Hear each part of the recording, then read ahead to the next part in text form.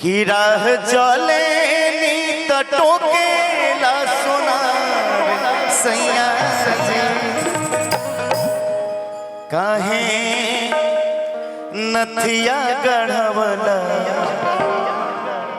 उधार सैया जी की राह चले नी टोकेला सोनार सैया जी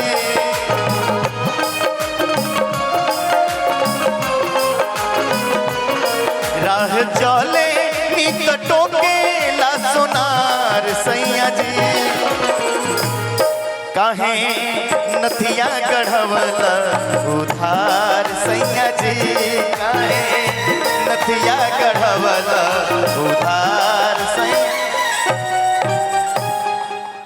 अंतिम एक लाइन ओकरा बाद सम्मान समारोह जौना गीत से एगो पहचान हमारा के देहनी आप सब एक एक गो दिल मंगवैया 1000 बार सुनील कहा करे नेहा से कि हमके पीछे तू कबले घुमैबू अपन बॉयफ्रेंड कबले बनैबू इहे जाने खातिर दिल बेकरार बा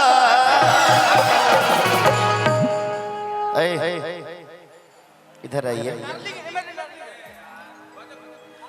होई है जाने खातिर दिल बेकरार बा